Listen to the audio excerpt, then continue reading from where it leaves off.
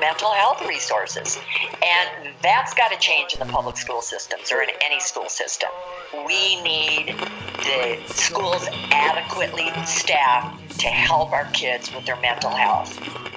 You're listening to Find the Good News, episode 110, The Best We Can Be, a Beacon Series conversation featuring Kristi Hugstad, author of Be You, Only Better, Real-Life Self-Care for Young Adults and Everyone Else, published by New World Library.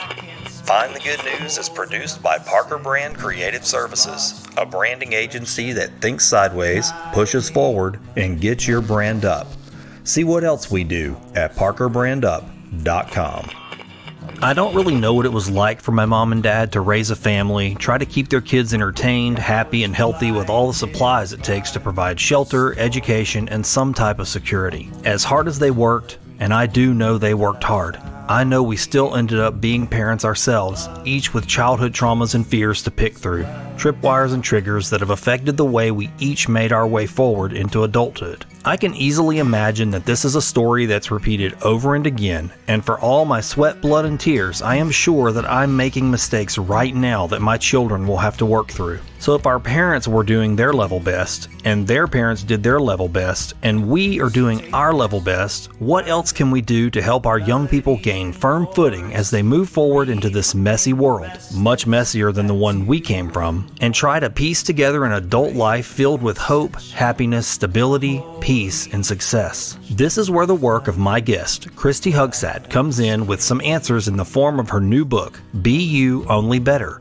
Real-Life Self-Care for Young Adults and Everyone Else. I'll be 47 years old this year, and while this book may be targeted to young adults, I found myself consuming it with a shocking excitement. In this new book, Kristi Hugstad offers a holistic approach to prepare young people for the world they're about to enter, offering useful, practical information and real-world scenarios related to the subjects of diet, sleep, money, time, mental health, exercise, gratitude, and mindfulness. It all added up to one thing, an important thing that I find sorely lacking in the world today, and that is hope.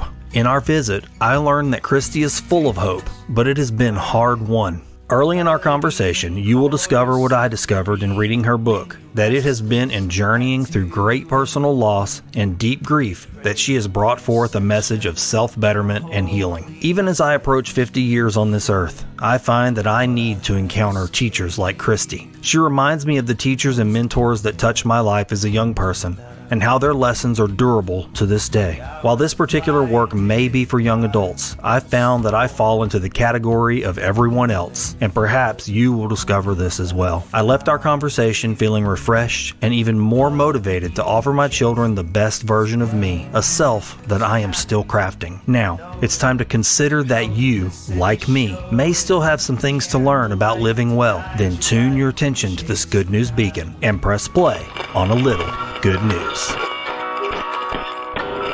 Wake up this morning, dreaming up a story. I can hear the way it's going, 'cause you're laughing in your sleep. On the path to deliverance and a holy wall of light pouring through your window. Old news, bad news, fake news. Sometimes you want to shut those signals down and seek a better source. With my Find the Good News Beacon series, I tune into good people doing good works wherever I can find them.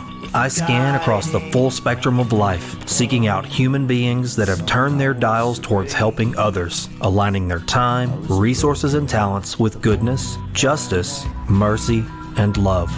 In each episode, I sync up with the hearts and minds of my extraordinary guests. We have dynamic conversations that invigorate the mind long after our transmission has ended. I discover the critical life experiences that shape them, the perspectives that drive them, and the fundamental beliefs that have anchored them to a path of goodness. There's a lot of background noise in the world. My name is Orrin Parker, and I'm cutting through the static to find the good. I love you just as well. So look, I note that we're talking today primarily about your new book. Yes. Which I just finished, actually, a couple of days ago. And I got to tell you, what a great book. I just got through telling my wife about 30 minutes before this started. I said, I'm going to go get set up and everything. And as I read a book, I'm usually telling her about it, what's going on. As it happens, I have a 17-year-old son who's graduating high school this year. But when I was reading the book, all I could think over and over again was, where was this at when I was 16 and 17 years old? Too. I didn't know anything that I wrote. No, we had no tools. Zero. Oh, no, us either. I mean, you had like home ec or maybe like business math or something like that. But there was no... Well, and then I started to wonder, I mean, obviously these problems or these issues that teenagers deal with today, in some form or another, you know, when I look back at my life, I go, okay, I can see some comparable things. Not in the same form, but, you know, something like that. So the issues existed, we just weren't talking about them. All those issues were there. Yeah. But they were not addressed.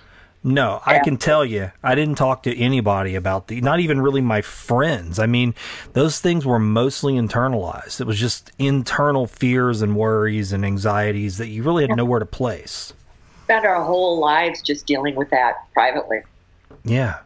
And so I guess that was sort of part of your motivation, yeah, to write the book. Absolutely, absolutely. You know, you got to start with our youth. If we're going to change, if we're going to make a dent in the suicide epidemic, we've got to teach young people how to take care of themselves. Yeah. I think I'd like to start off, we're already in it, but I'd like to just take a moment and ask you to introduce yourself, if you don't mind, to my listeners, and then we'll jump right back in before we get too far down the road. So my name is Kristi Hugstad, and I'm a grief recovery specialist. I work with addicts in recovery. I do grief counseling with them to kind of get to the core of why they started using.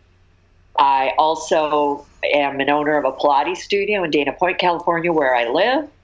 And I've written 6 books. My focus and my main passion and mission is suicide prevention and education. Okay. So that was actually something that came at me sideways when I got your book. I was reading it and the introduction, and when a lot of people read a book and they go, I'm just going to read the book. But I have the intention, obviously, as many people who have podcasts, you're going, well, I know I'm going to be talking to this person. So you want to know more about their life. And sometimes when I'm talking to somebody, I have to ask the question, why do you do what you do? What made you, what changed for you? What was that moment? But for you, it was clear.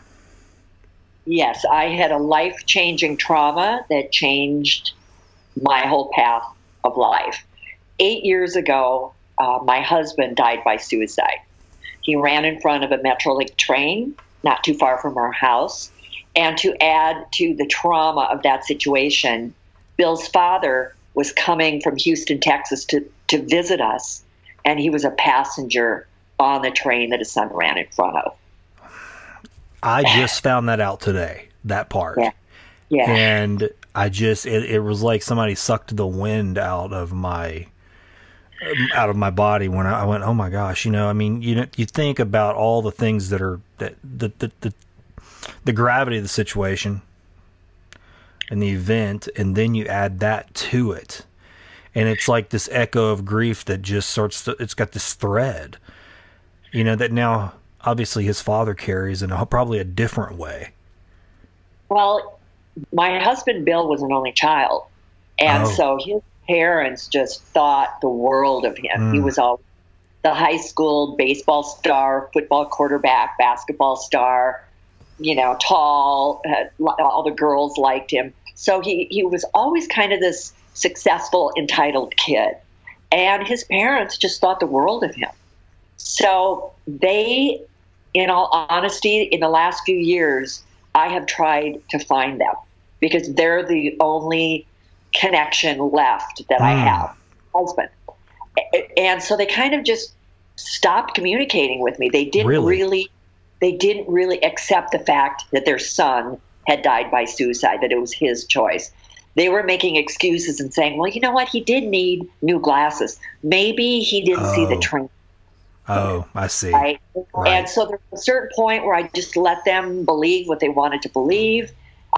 They were in denial. And then I found out from a distant cousin of Bill's that they actually had died 4 years ago, both of them. Oh, and, I'm so sorry. God, that's just another right layer to that. Neither one of them really had any reason to live. They just both kind of died of broken hearts. That is something I just. Well, okay. So you're in the world of grief. I mean that's your door right there. Your husband, and then this story that you're talking about right here. I mean, that's not a door that really just closes. Absolutely not. But what started happening as I was going through my grief journey is I got to a point where I couldn't take the depression and the stress anymore. I couldn't continue to live how I was living. I was so miserable. And I finally remember one morning waking up and say, okay, you have a choice right now. You can either continue to be a victim of what's happened, or you can figure out some kind of game plan to use what has happened, use your pain for growth, and think of how you can take this, turn it around, and maybe help somebody else not have to go through the pain that you're sitting with right now. Yeah. So I made that decision. If I can help one person out there, give them a little ray of hope or give them some information that I didn't have, that is what I'm supposed to do with my tragedy. That's the lesson here. That's beautiful. And you see that repeated in various forms throughout our history, where something is transformed into something else. This thing, or a waste energy almost, it's like, how can we harness that and transform this into something else? And that's exactly what I'm hearing you saying. I mean, you probably see me smiling a little bit because I'm going, that's not in the exact same way, but it sort of was my path too, to like an awakening type of experience where it was like, okay, I've got these broken things that go all the way back. I'm picking through all the little threads and the fibers, trying to understand it. It's a mess. But what happens if I say, okay, broken, sure. But what can I do with all these pieces, and how can I point that at something?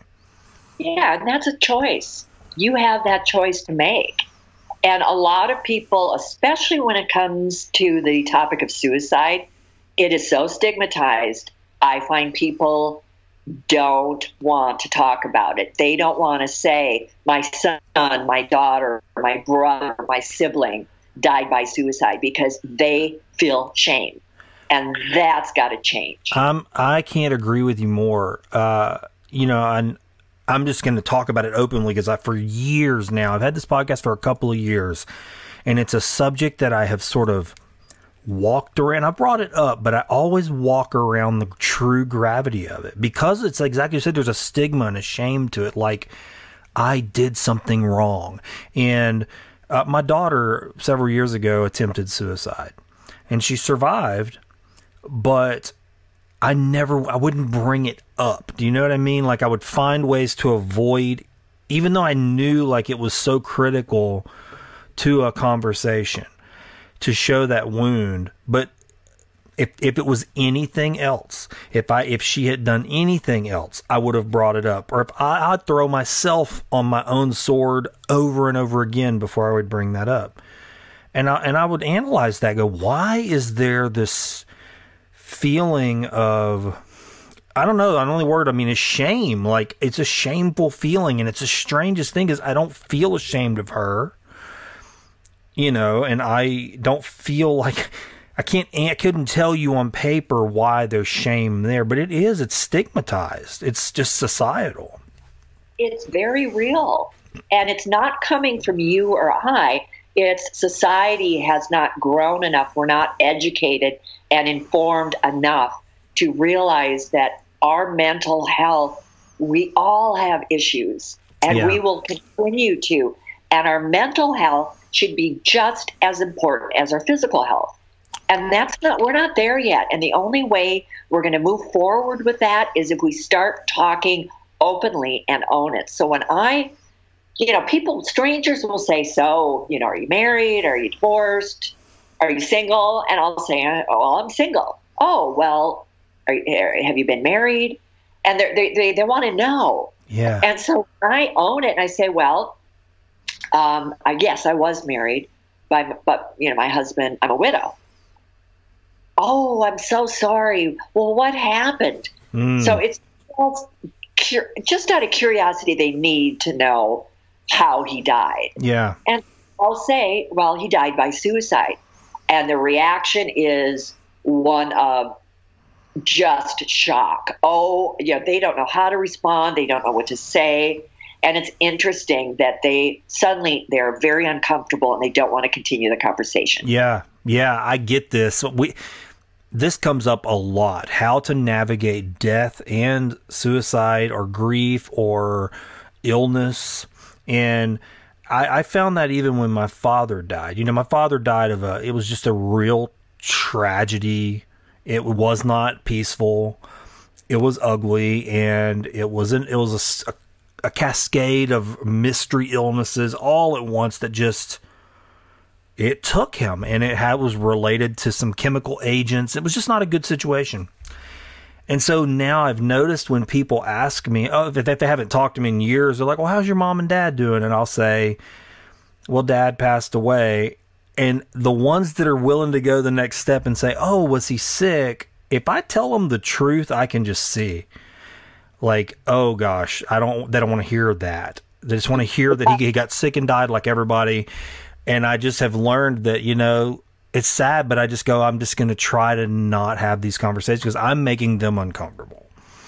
Yes. And what's really happening is they are starting to think about their own mortality. Oh, death is real. Oh, death is going to happen to me. And it could be ugly, right? I mean, so death itself is stigmatized and not a topic of conversation that's easily discussed. But you throw something else in there, like an unnatural death or suicide, and then it's kind of off limits for conversation for a lot of people. Yeah, and for sure. That's got to change. We all have mental health issues. All of us, and especially in this last year with the pandemic. Oh, man. I have so many people reaching out and they'll say to me, Kristi, I don't know why I'm so depressed. None of my friends or family have died of COVID. I'm lucky I have my health. No one's died. And I need to explain to them that grief is not just about death. We are grieving now loss of connection. We're isolated. We don't have that social connection was so important. Loss of trust, loss of relationships, faith, family. The list goes on and on. So I think it's important for people to realize that if you are sad right now and you are grieving during this pandemic, it's okay. It's normal. We all feel that way. Yeah, you're right. That is interesting. I've been thinking about that a lot, mostly privately, but the grief is, like you said, trust, and that's something I've spoken to my wife about it, but not really publicly with a lot of people. And it's that I am grieving my the death of trust, and that's really a sad thing because I love people, but I over this last year have felt something, and the only thing I can compare it to is.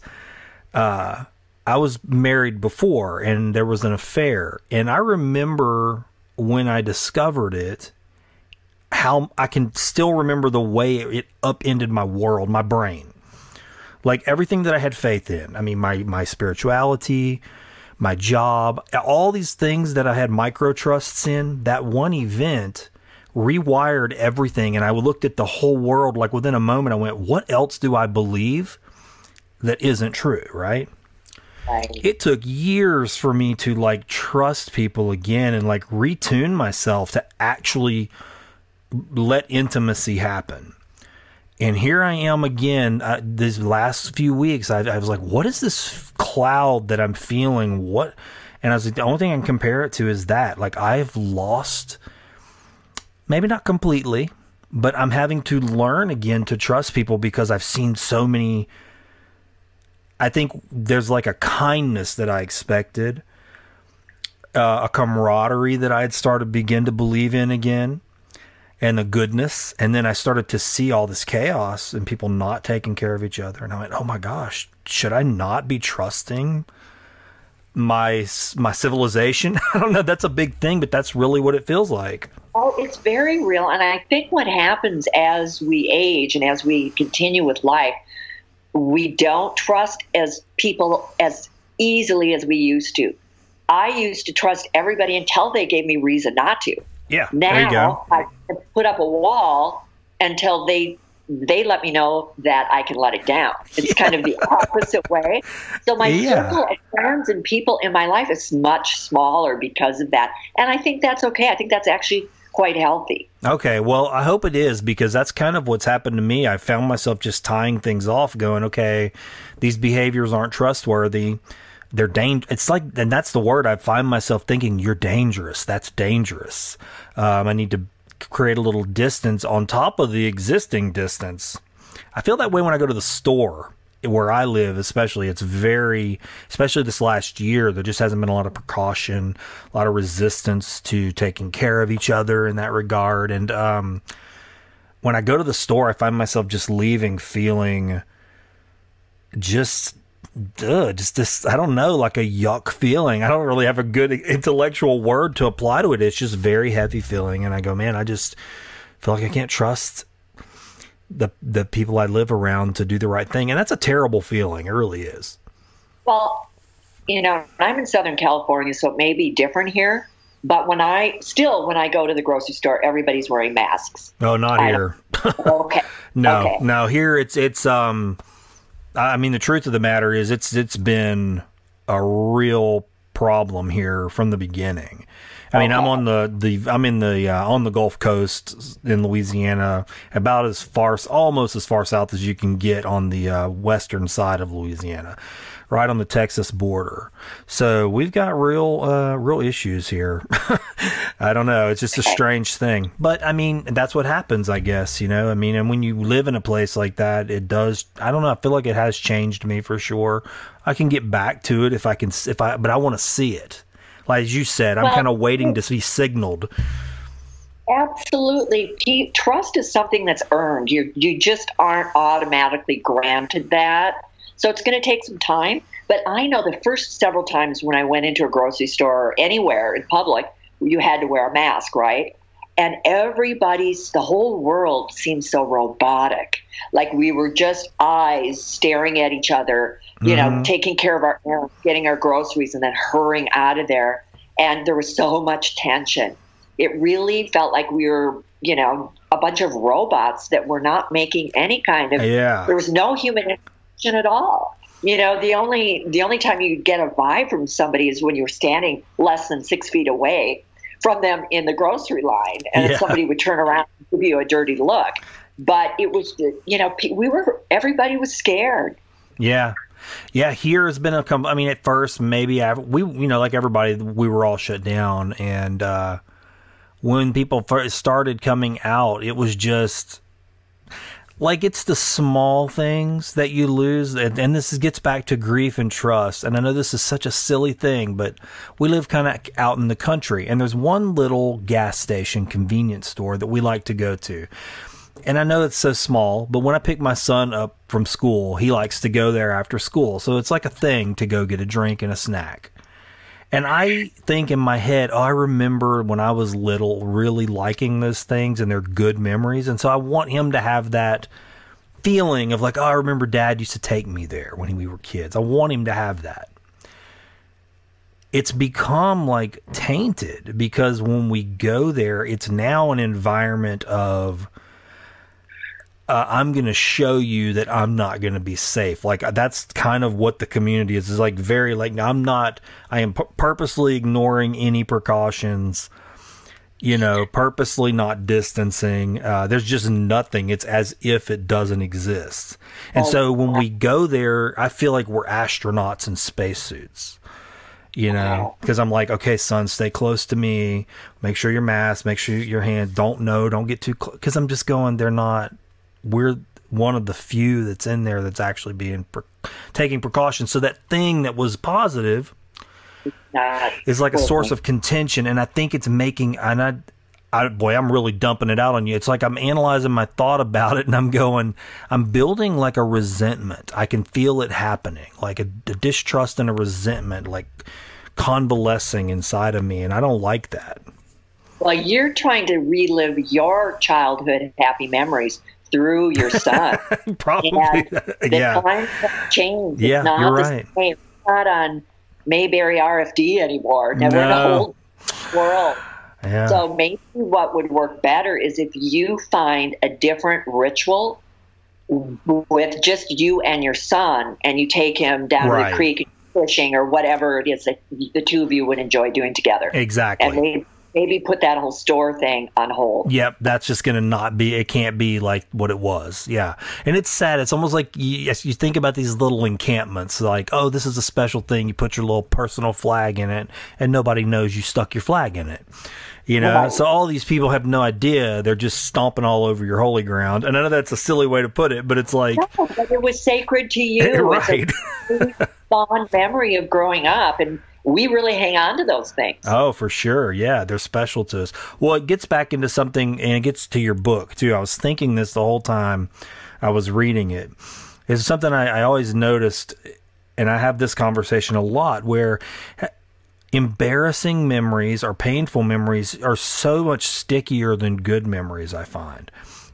At least for me. And so, as I was reading your book and thinking about being an adolescent and getting into that age, and I thought, man, I would have loved to have had a door like this to enter at that age, because it would have allowed me or given me permission to look at my mental health at an earlier age instead of being an adult when I finally started looking at it. I had never heard of mental health. Me either. Me either. What is mental health? We didn't have classes on it. No. I don't even remember having a health class. And right? I mean, no. Maybe we did, and we learned about the different organs and muscles. That's it. That's all we learned, too. It was just strict information. But as far as emotional health, nothing. Right. Not in high school, not in college, never. Yeah, it was survival. Yes. Very utility. And the world's just, I don't want to live like that, and I definitely don't want my kids to live like that. On some level, I guess that's sort of what I felt like your book was. It was like a toolbox, you know? I was like, okay, that could have been a 4-year course. I just kept thinking that, and I said that to my wife, too. I said, this could have been a 4-year course that you do a part of this every year while you're in high school. Wouldn't that be amazing? Oh my gosh. It would have changed my life. But think of all the issues that our youth are going through. I wasn't cyberbullying. If somebody wanted to bully me, they had to call my landline at my house, right. And my dad would answer. Right. That's the only way that they could get to me when I was home. And that did happen. So I understand the bullying. But now on social media and all the likes and comparing themselves to their peers and making up this persona of being this popular, happy, teen or young adult, it's so much pressure. And that's why they have to have tools. It's survival. To me, it's not optional. It's mandatory. I mean, the young adults and teens need tools. Have you been getting any feedback from young people that have read your book? Yes. Oh, good. Yes. I've gotten lots of feedback, and most of it is, I had no idea about any of this. Really? But the best feedback is, a self-care tool like writing. So one chapter is writing it down, right? Yeah, writing it down. Okay. You can tell your son, you know what, if you would just write down how you're feeling and put your thoughts on paper, it really helps you to have a place to put your anger and your emotions. Yeah. And it's okay, well, that probably would make sense to him, but he's going to say, how do I do that? How do I get started? Yeah. I don't have any idea. So I'm also a credentialed teacher. So I know that you can't just tell a teen or a young adult to do something. You've got to tell them how. Mm-hmm. So after the chapter on the tools, I give you the science, brain science behind it. So it gives you reason, like this is going to change your brain. It's going to change your mood. It's going to change you. Yeah. Okay. Good motivation to do it. And then after the science, it's like, okay, now here's how to get started. Right? So if we're talking about writing it down, you don't have to buy a journal. You can do it on your phone. You can do it on a piece of scratch paper. You can do it on your notebook. Here are some questions to answer, and that will get you started journaling. Yeah. So now it's easy. But I know for me, I'm kind of black and white that way. If you're going to tell me to do something, then also tell me why.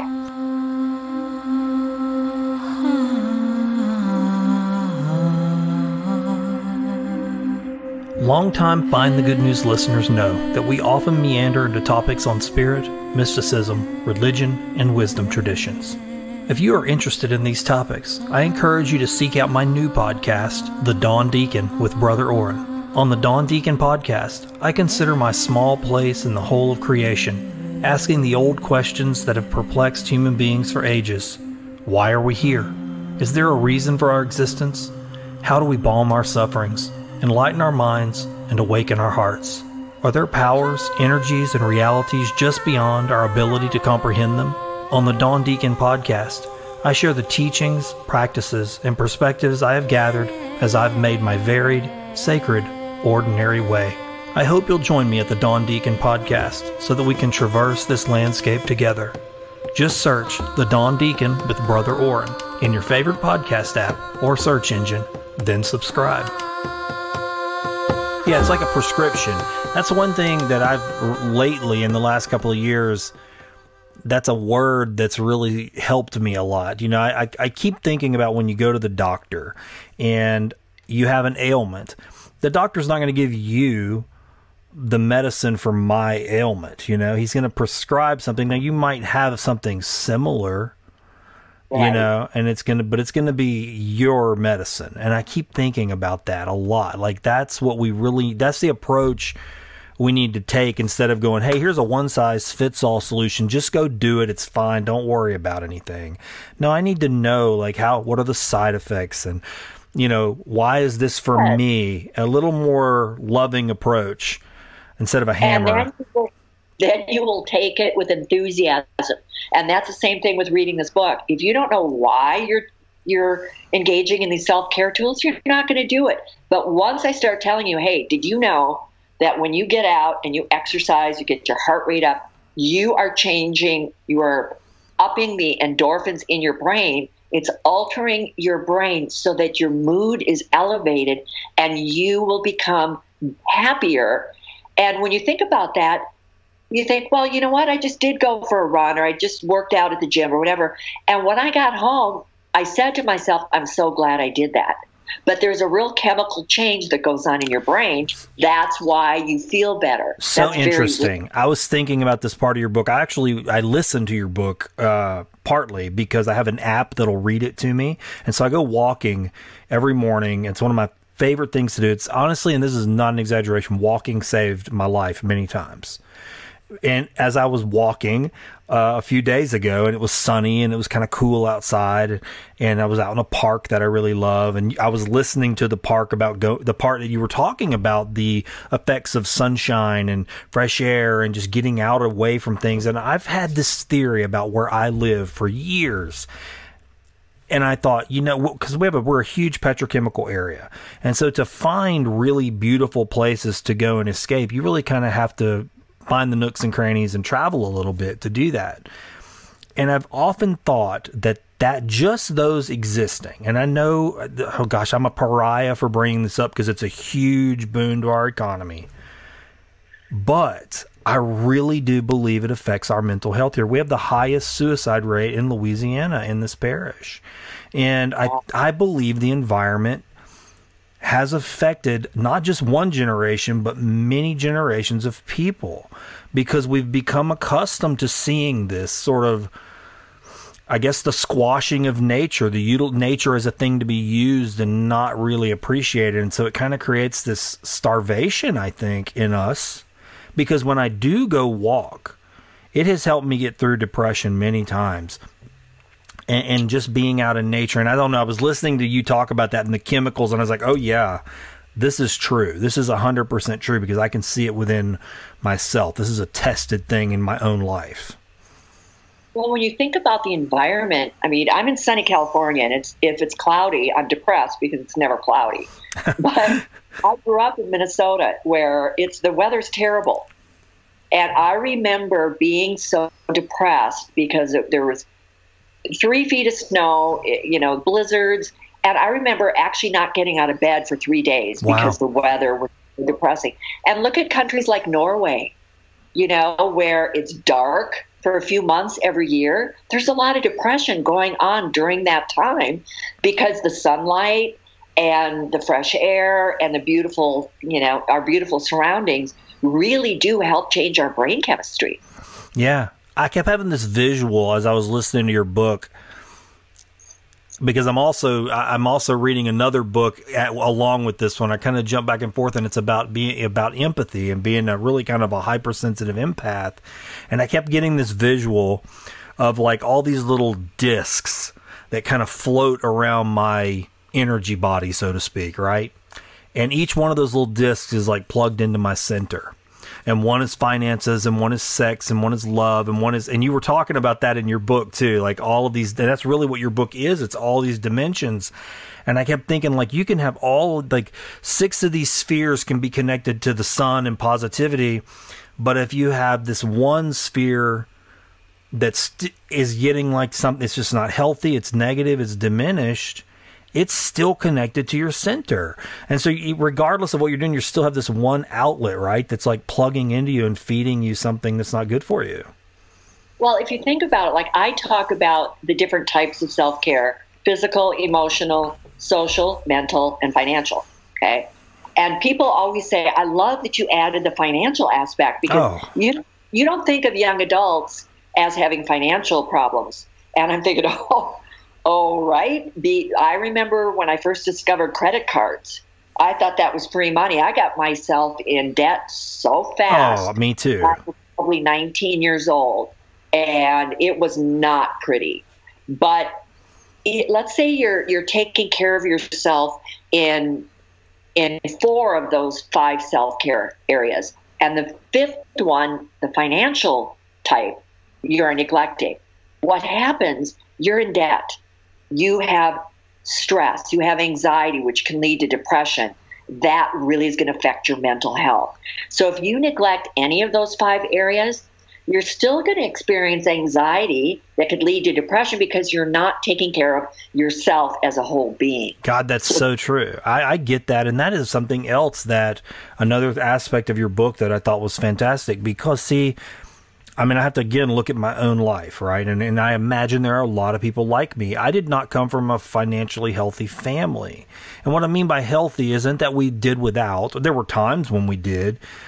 But once we finally did start to get means, we were just sort of catching up, to what I looked out as a child and thought other people had, or their comfort. We finally kind of get to that stage, and it was just not stable. And it was never taught to us. I mean, it was never talked about. If mom and dad talked about money, it was fighting, and I picked it up. I can still remember. It's funny what those things do. They get like little seeds get planted in your head. And when your parents fight, I'm jumping all over, but it's like things that we say in front of small children. I always warn my adult friends with small children this: be careful. They are listening to things that you don't think they're listening to. You don't think they hear you fighting about a missing check, for instance, right? Because they're too little to understand. But I can remember being afraid of checkbooks as I got older, and a bank account. I was like, I don't want one of those. You might lose it. Right, because there was contention and bickering associated with those words. And as I got older, I was like, I have anxiety about these things. Like, there was a long time where I wouldn't even put my paychecks in the bank. And I had to analyze it and go, why am I terrified of these basic things?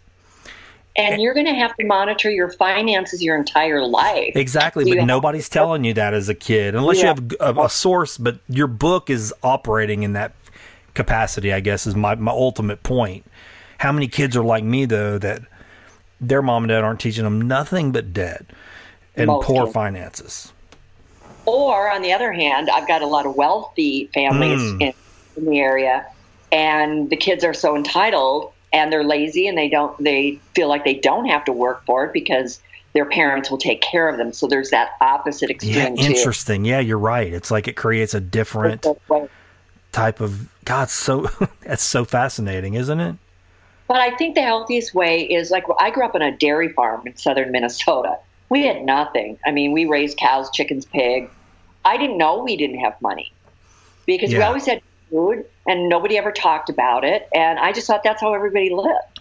You know, I've may have talked about this before, and it might just be me. I don't know, but I can't imagine that that other kids weren't like this. But it was those embarrassing moments were like glue for me. And I remember as a kid, my mom and dad stopped at garage sales most of the time for my clothes. I thought everybody did that. Right. I didn't know any better. You know, there wasn't a way for me to gauge. I just, go to garage sale. Yeah. So I was at school. I can remember it was the second grade. I was in the lunch line, and I had this cowboy shirt that had red roses on it. Had pearl snap buttons, and I loved it. I thought it was so pretty. And that was even the thought. It was a pretty shirt, and I was like, oh, I'm so proud of this shirt. Well, my mom had got it at a garage sale. And so we were standing in the lunch line, and a little girl in front of me said, I like your shirt. And I was so proud. And I said, thanks, my mom got it at a garage sale.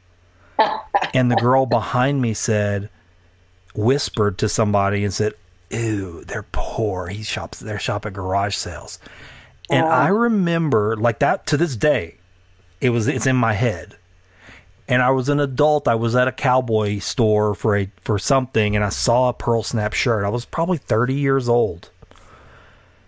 And that memory hit me like just a ton of bricks. And I bought that shirt. And for years, that's all I wore was pearl snaps. And I told my wife, I said, do you know I have like trauma associated with a piece of apparel? Now that's ridiculous. But like in my brain, it was a sign of like wealth to like own a pearl snap cowboy. And isn't that ridiculous? But that's how little things.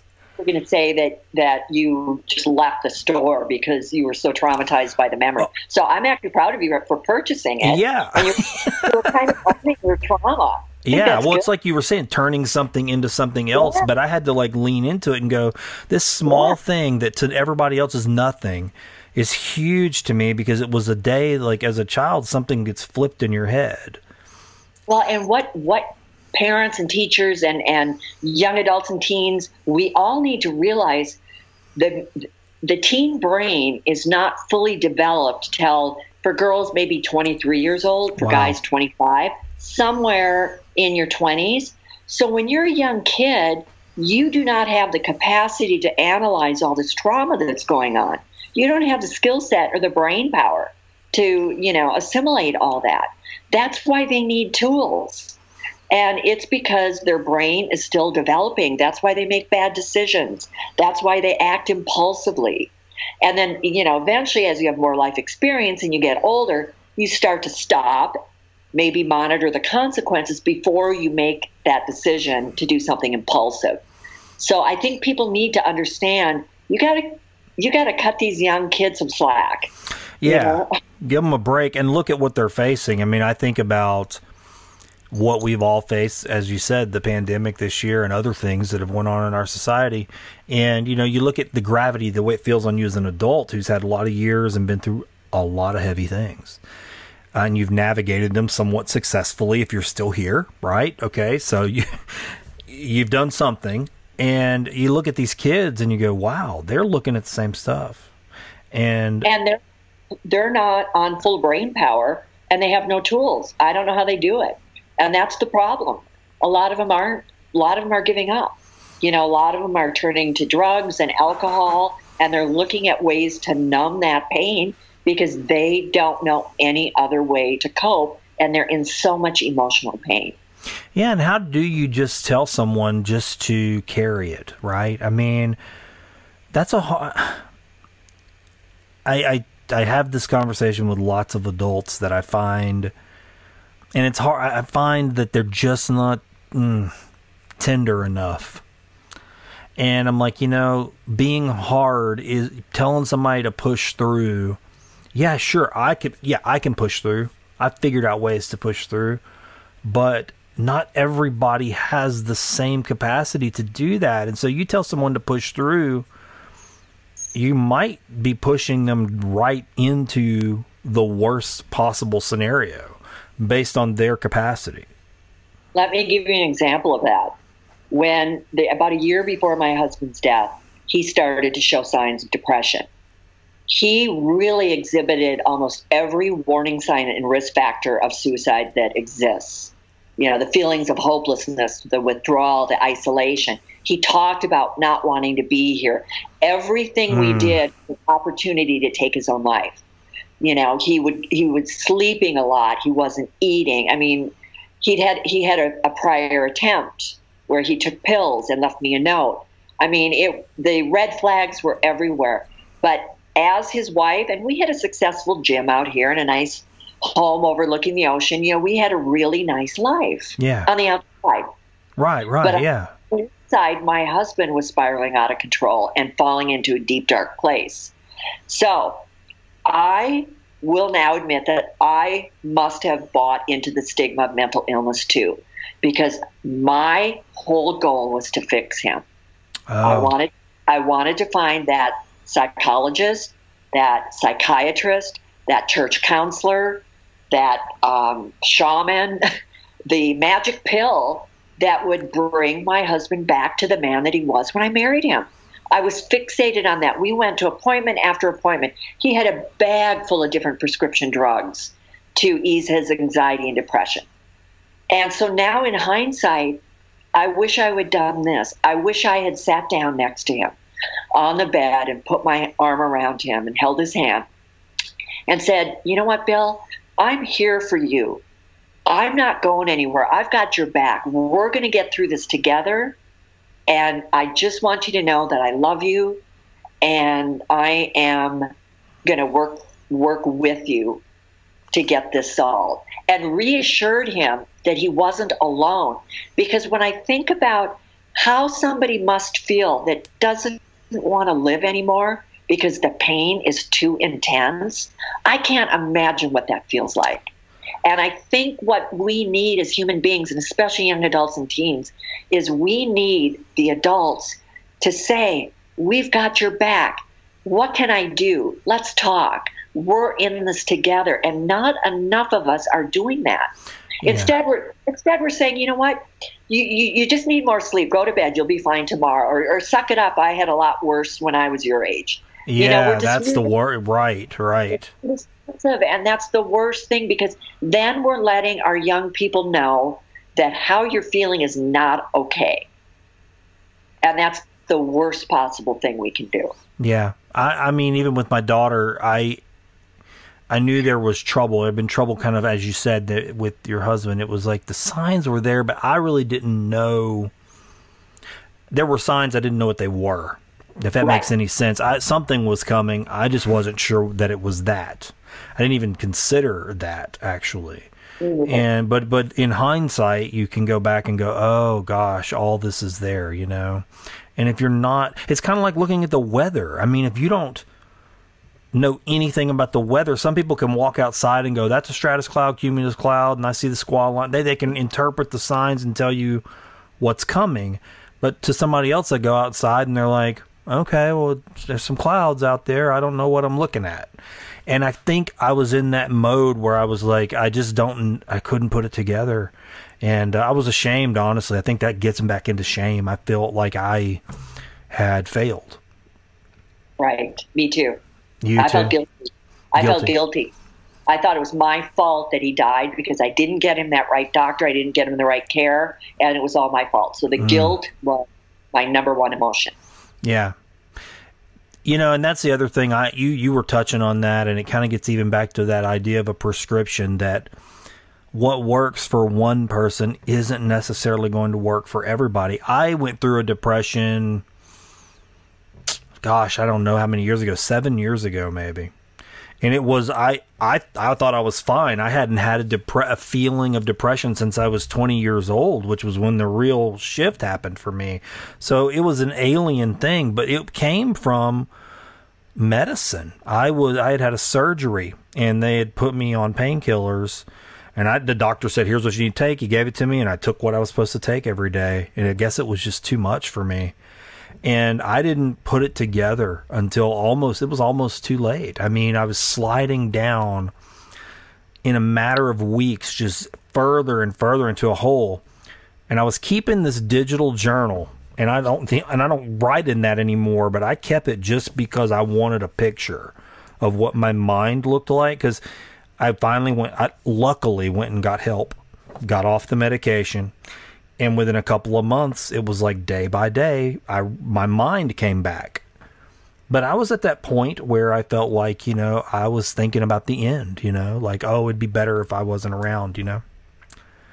So, I don't know, it was just difficult. And keeping that little journal made a huge difference. I mean, looking back on it, I go, wow, my mind was all over the place. And so I can actually kind of relate to what people are feeling, I guess, whenever they're in that hole. It does feel pretty hopeless. It was like there was this cloud in front of my eyes. I couldn't conceive that it was the medication at all.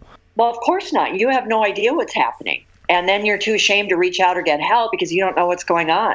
And I will say that my husband, Bill, was taking benzos at night for insomnia, and he stopped taking them and didn't wean himself off. And I think that was a huge contributing factor to his suicide. I believe so it. Medicines can be deadly. Yeah, because it'll put you in a position where you're really, if you were already weak, it's just weakening you further. You're resolved to keep trying. I kept thinking the only way I could describe it was like being in a hole and sliding down further the more you tried to climb out. I was like, it's just getting deeper and deeper and deeper. And even the people this is the thing that is so insidious about depression, I think. Even the people that love you the most can tell you that they love you, everything. And it was like none of it mattered. And that's terrifying to think. Like today, sitting here, I could tell you, if I even had a sad thought, I can think about any positive thing in my life and go, that's enough reason to just keep going in any aspect. But in that moment of depression, none of that mattered. It didn't matter what anybody said.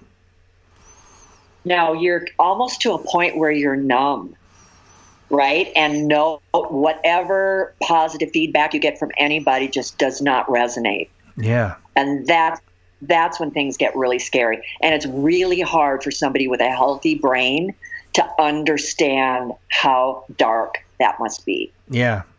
It's sad, and it makes me sad, and it makes me even sadder when I see diminished empathy towards it. But I will say this show is about the good, and I will say that when I discover works like yours, it gives me hope. It renews that hope in people, because I go, okay, there are people like you out there who go like right into it and take out from those dark places and a light and try to give it to people.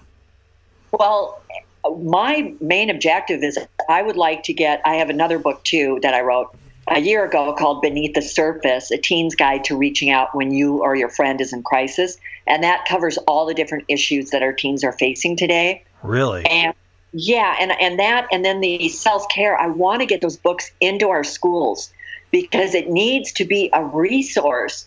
I go to schools, in Southern California, and I'll speak to the students in maybe the 8th or 9th grade health classes, and the teachers just say, these are topics I cannot talk about with my students. I'm so glad that you are available.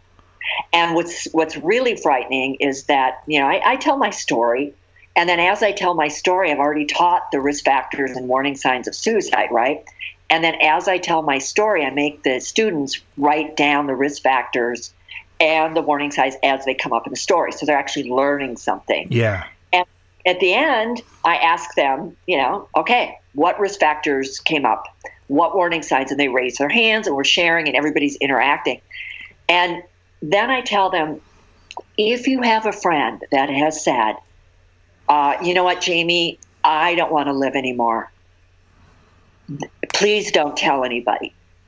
That is not the time. Do not let your friends swear you to secrecy. Right. That is the time to tell an adult you trust.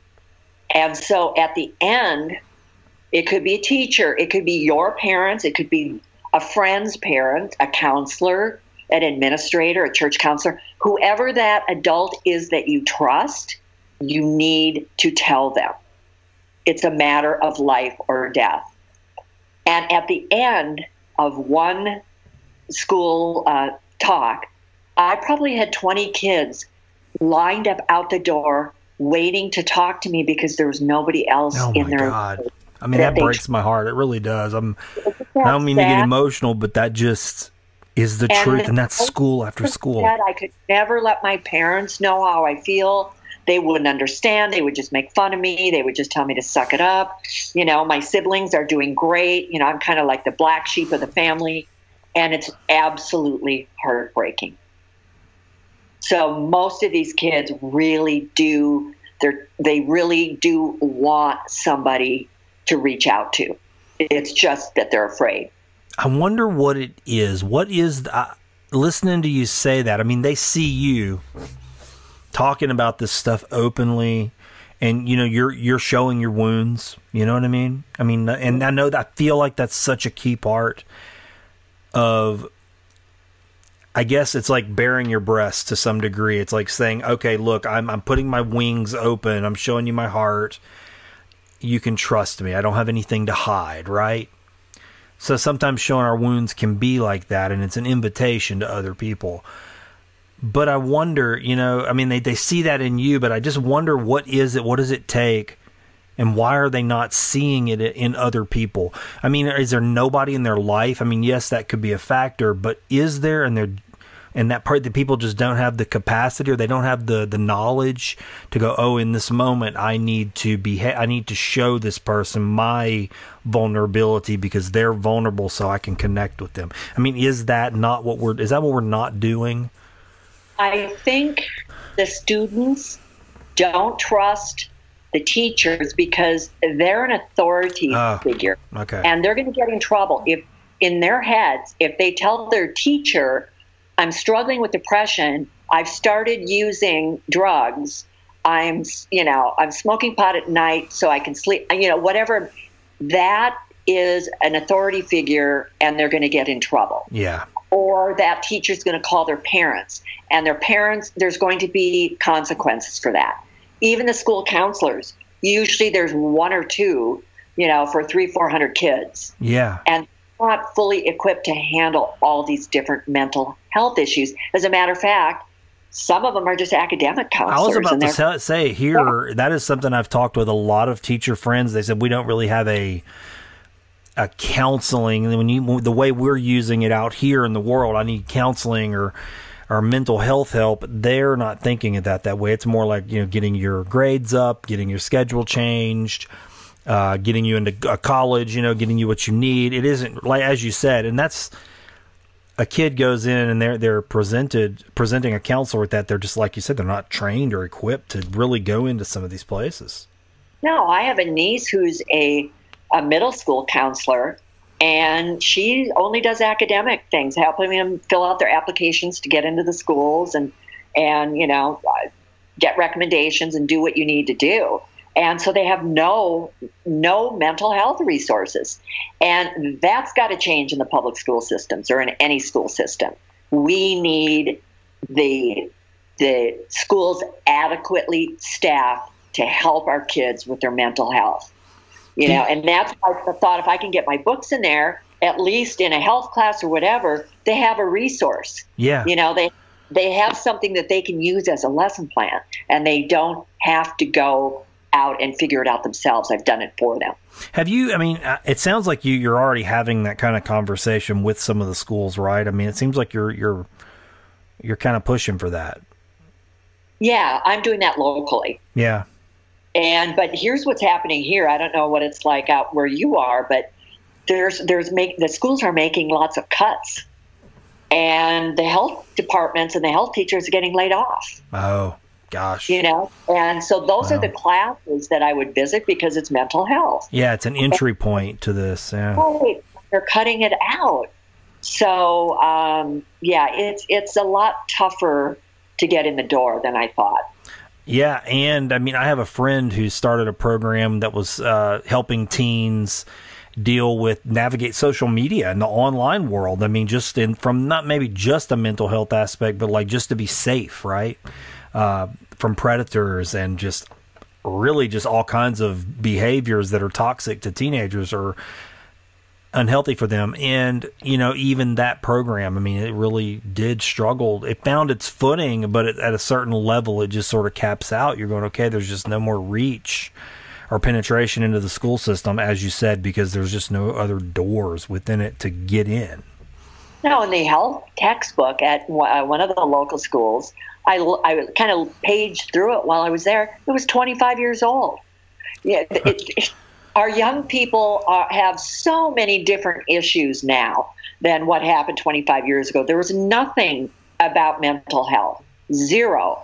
There were some things about the different organs in your body and, nothing about drugs or alcohol or self-harm or gender confusion it was just like a different world. Yeah. And it was so outdated.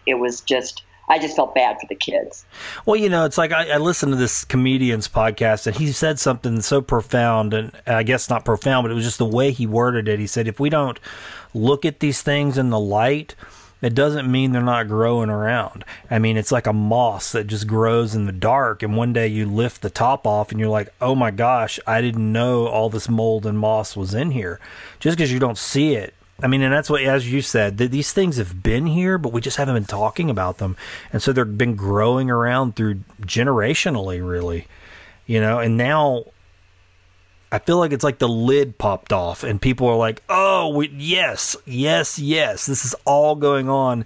And it's like kind of like Obi-Wan Kenobi says in Star Wars, 1,000 souls cried out at once. It's like, that's what we're seeing, I think, right now in the world. There are all these different voices going, yes, we can be heard and we want to be heard finally.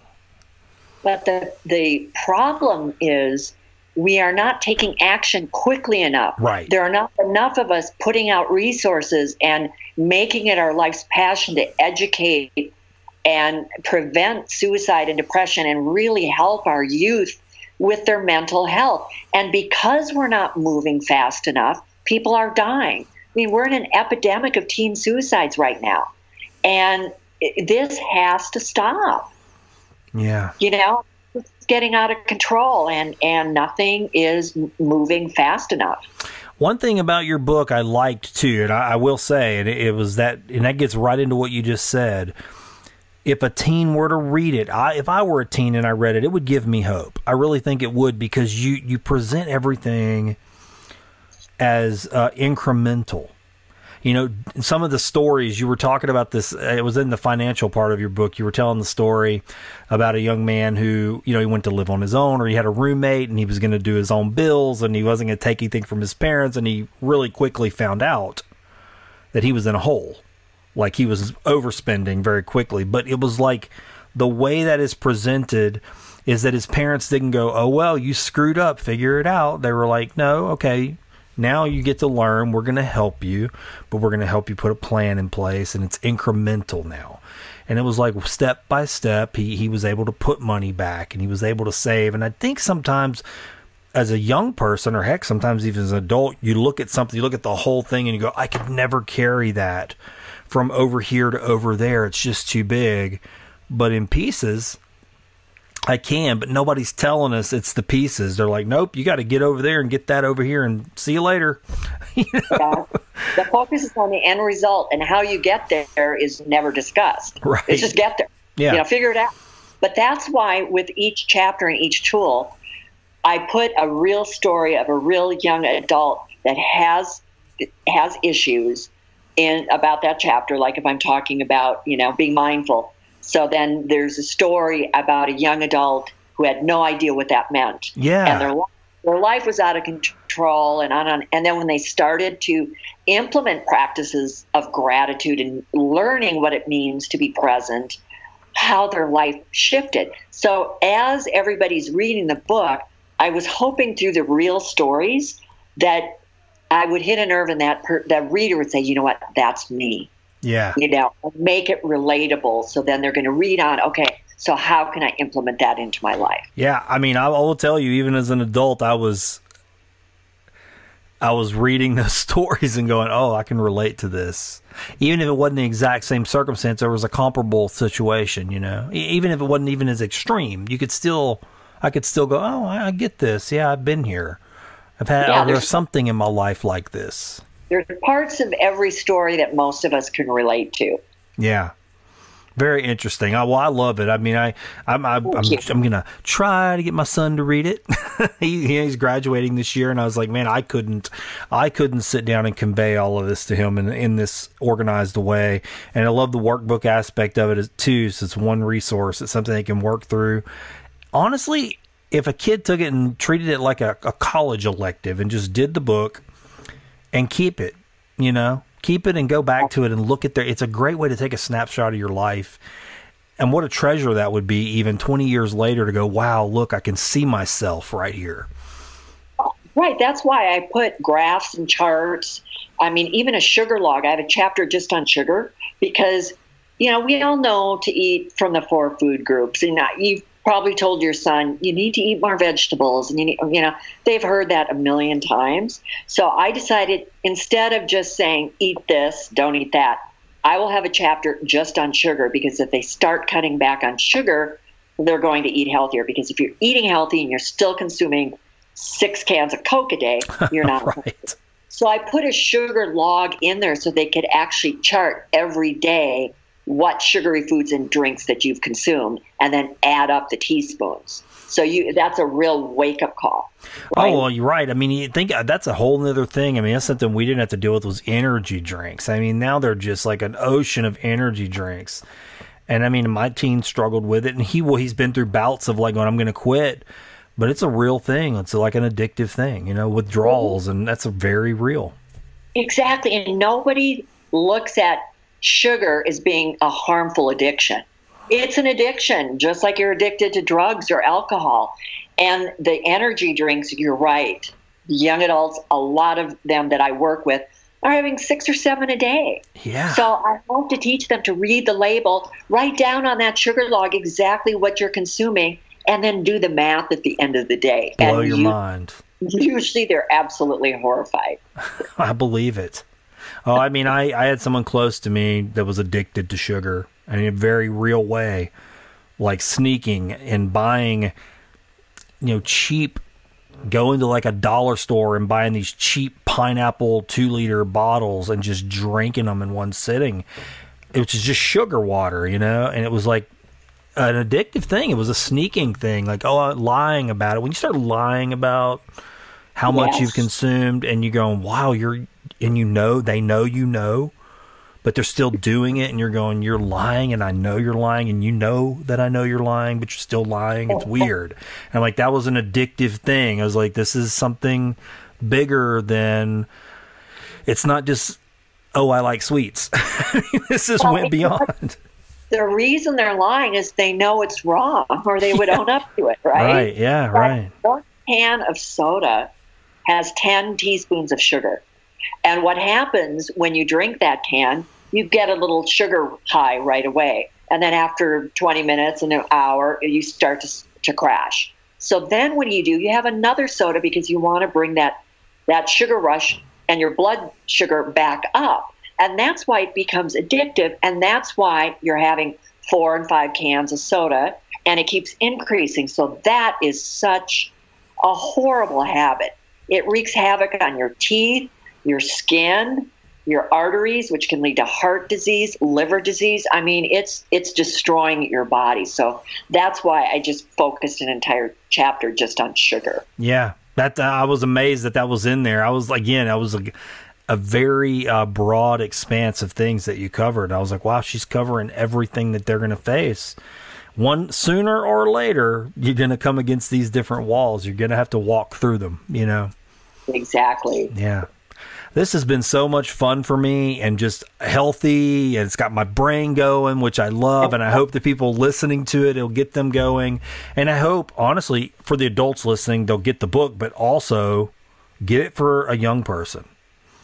You know, maybe the young person may not go buy it themselves, but get it for them. It's graduation right now. I mean, there's so many people are about to be going off, and hey, I mean, going off into college can be a dangerous situation for somebody that isn't prepared mentally, being away from their family and their environment and their safety nets. Well, and what I'm finding too is I'm getting more feedback from parents because they are coming back and saying, I am so glad I read this. I didn't know most of what was in that book. And now I'm going to share it with my child, and we're going to go over all of the different points together and discuss it. So I think it's important for parents to lead by example.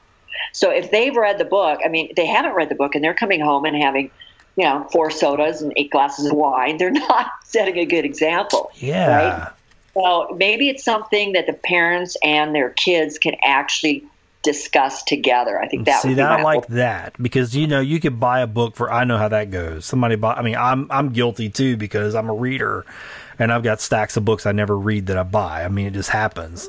Yeah. And I know that you can buy someone a book and go, you should totally read this, especially your teenager. And like, yeah, okay, thanks, Dad, or whatever. Never But get if to you it. told your son, hey, I got one book for you and I've read this, but what did you think, son, about her chapter on sugar? What did you think about that being addicting? Do you agree with her? I mean, you can approach it in a way where you are on the same level and you want to know his opinion of what he thought of that sugar chapter. Yeah. See, I like that. It's sad. I hadn't even considered that. Like in my mind, I was like, oh, I'm going to get my son a copy of this book and encourage. But I think the best encouragement, as you said, is participation from the parent with the child. Right. And even if there's something in there that you don't really agree with, bring that up and say, well, what do you think of what she said on page 69 about managing your time? Right. Or do you agree with that? Because I had a little trouble with that part or whatever. So you're having a conversation. You're not saying you need to read this because you need some tools, when you go off to college. Yeah. Because then they're not going to take it seriously. Exactly. Because, how many times do they hear stuff like that? I mean, truly. All day. Empty platitudes. I mean, people go, oh, here's this resource. And they're like, yeah, I'll get to it.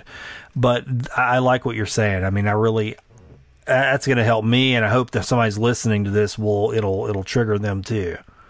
And I got to tell you, no, go ahead, please. No, I was going to say, or even in the sleep chapter, I actually tell what happens to your body, 24 hours after lack of sleep, 48 hours.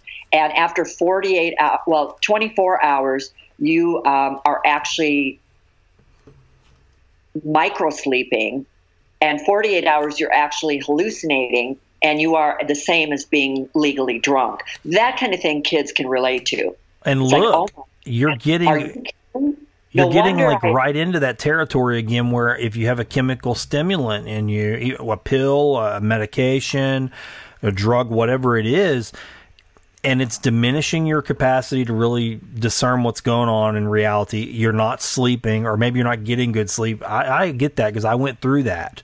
And that was a recipe for disaster because it was like, as you said, I actually was hallucinating. I remember I would have these things where I was like, oh, that wasn't there. This person I thought was there wasn't there, or something that happened did not happen, but I was awake. You know what I mean? As you said, everything in your book, when you were in that chapter, I was like, oh, this is all very similar to what I went through when I was on that medication. It was not a good experience.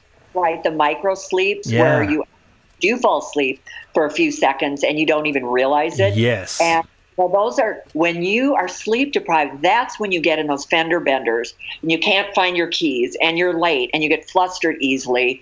And if you can trace all of those things to lack of sleep, then you're going to be more motivated to change it. Yeah. Absolutely wonderful. I'm so glad that we got connected. I was really eager to talk to you after reading the book, but the conversation was just as dynamic. And I wanted to say this a minute ago. And I really want to tell you, after talking to you and hearing your story, what a wonderful way to honor your husband's life with what you're doing. I mean, you really are taking and transforming that tragedy into something that I just know it's helped somebody. I just can feel it.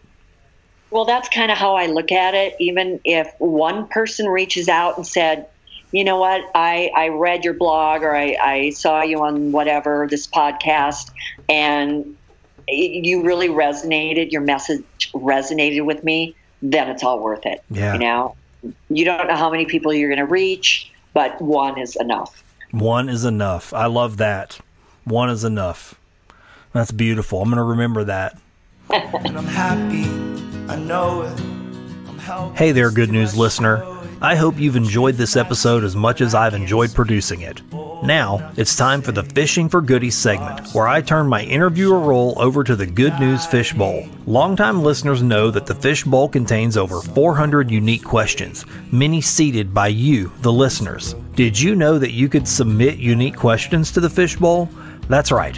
Just call the Good News hotline at 802-459-1668 to have your question added. You can also visit findthegood.news and send me an email. Now, let's take that dive into the Fish Bowl. So look, there is a part of the show, I don't know if you know about it, called Fishing for Goodies. It's the last part of the show. It's where I stop asking questions and this fish bowl right here takes over. So it's full of questions. And what I do with each guest at the end of the show is I reach in and I pull 3 questions randomly, and we just see what happens and we'll talk about them, okay? Okay. Are you game? I guess so. Okay. So let's see. Oh, I hope this is a good question. We'll see what we get out of this. What is a regret that you need to let go of? That I didn't do more to help my husband, or that I didn't do the right thing. And had I done the right thing, he'd still be with me. So that's something you're still carrying. You're going to carry that. You still feel like you carry that. Not as much. I mean, it's lessened over the years, but you always have those flashbacks of what if. You know how you try to change the outcome in your mind? You know, just like you in your head after you watch a movie, you change the ending. Yeah. Because you wanted it to end a certain way. Yeah. Still kind of daydream about that. Like, what if I had taken him and he'd been admitted to the hospital and he'd gotten help, and what if. And it's not like a burning regret now, but it's still there. Yeah, I can imagine that. I understand that for lots of things with my father, my daughter, and other things. I get it. It's like you're probably not carrying it like a shroud over yourself, but it's always going to be a part of your timeline. Absolutely. Yeah, I get that. Oddly enough, this second question I pulled is very appropriate for the conversation we had. It says, has your project, passion, or work changed you? Oh, absolutely. I am a completely different person than I was 8 years ago. Really? Before my husband's suicide, we had a successful gym. We were all about business. We were all about making money. We were all about life on the beach. We had a vacation home in Rosarito, Mexico. We were living without purpose. We were just living. Just living. We were just existing. But we kept busy enough that we didn't realize how purposeless our lives were. And now my life is all about purpose. It's all about education and prevention and mental health and helping people and doing grief counseling and changing lives. So I'm also a lot more empathetic and compassionate.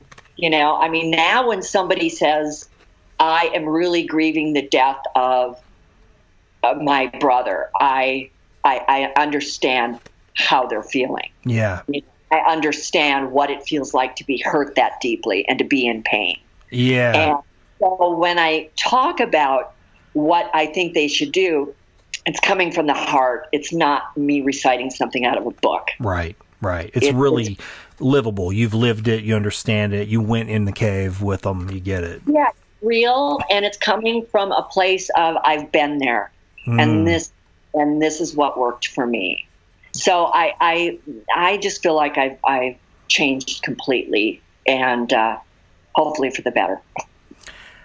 So your third question, actually, this is sometimes I get these strange alignments of questions that I pull. So this one says, what's the most surprising self-realization that you've had? I think I used to think I was resilient to anything. And I've now realized that I don't have the right answer and the right tools all the time. And I'm kind of on a roller coaster of emotions and feelings, and it's up and down. And so I've realized that is a natural grief pattern. And I'm accepting of that. Yeah. So I've just realized that I'm not, I used to think I was really strong and resilient, but the reason for that is I was never tested. Oh, right? Yeah. So I thought I was somebody, but now that I've been through trauma, I feel like I'm somebody else, and I've realized there's another side of me, and I do have resilience in a different way. And I think that's true for most people. Until you've been there, you're not going to even know that you have the capability of coping. Yeah.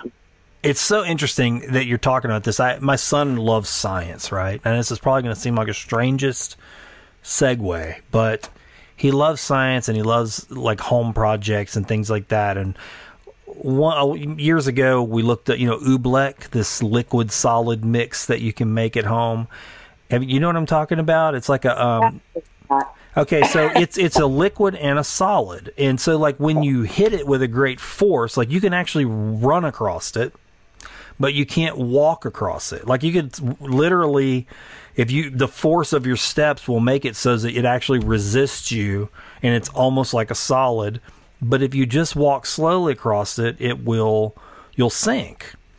And I think I used to think that strength was like something hard, that it was this great firm thing. And I wanted to believe it was something that I anchored myself to, and tethered myself to. But as I've been through more things and listening to what you just said, I think my strength is more like oobleck.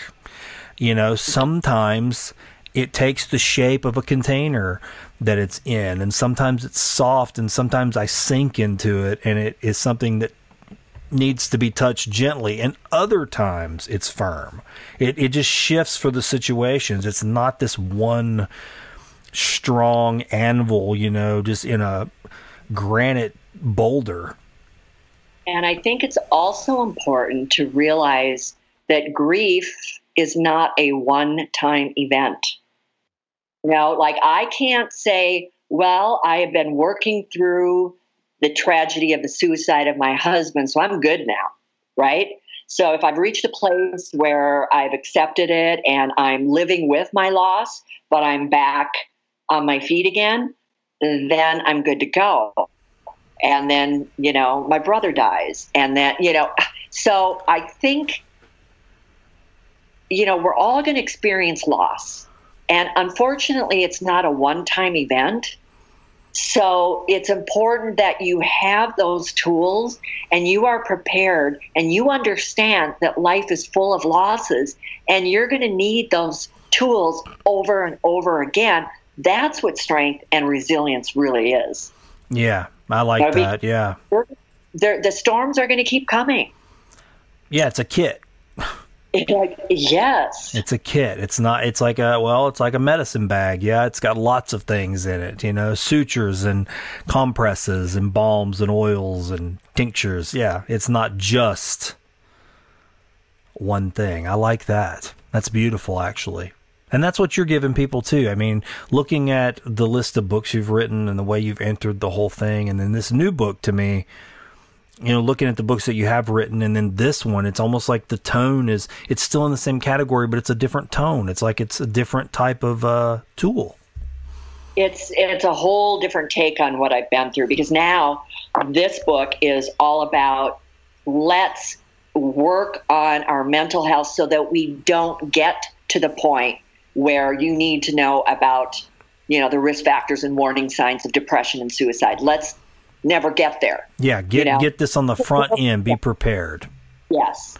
I do have one last question. I ask everybody this at the end of the show. It's my final question. It's my favorite question. Did anything good happen today? Yes. Everything good happened today. Not yesterday, but today. Today. Yesterday wasn't good. Yes. I have gift books that just came out, Returning to Joy, and they're inspirational gift books for the grieving the loss of a loved one, your dog or your cat. And they're hardcover, 4-color, beautiful images and scripture. And so I just stopped in at a local church that I know has a gift shop. The pastor was there. He spent an hour with me, read the books, loved him, and now they're up in the bookstore. That's fantastic. That is good news. Yeah, that was just a drive-by, cold call, and they loved it. Oh, I love it when stuff like that happens. Yeah. It's a connection that could have just not happened, and you just, you made the effort, you went in, and it happened. I love it. Yeah, Kristi, thank you so much. This has been so healthy, I think, and I hope it's healthy for somebody listening. That's what I always hope, is that it just serves somebody, that this one person, as you said, maybe it's just one person that listens, that just it hits them in the right way. Absolutely. So the name of the book is Be You, Only Better, Real Life Self-Care for Young Adults and Everyone Else. And I would consider myself one of the and everyone else crowd. Is there a place that you prefer people to connect with your work? Yes, all of my books, my blogs, articles, some segments on CBS, all can be found on my website at thegriefgirl.com. Excellent. And we'll put a copy of your book on our website, too, a link to it so people can get to it, and to your website as well. Thank you for having me. I'm more thankful every moment that I found. Thanks for listening to my Beacon Series conversation with Kristi Hugstad. If you'd like to experience her book, Be You Only Better, visit findthegood.news/bookshop. If you found something of use in this conversation, please share this episode with a friend, leave a review, or consider visiting findthegood.news/donate, where you can help me continue this good news mission from the Louisiana Gulf Coast. I thank you for pressing play and for syncing up with this good news beacon.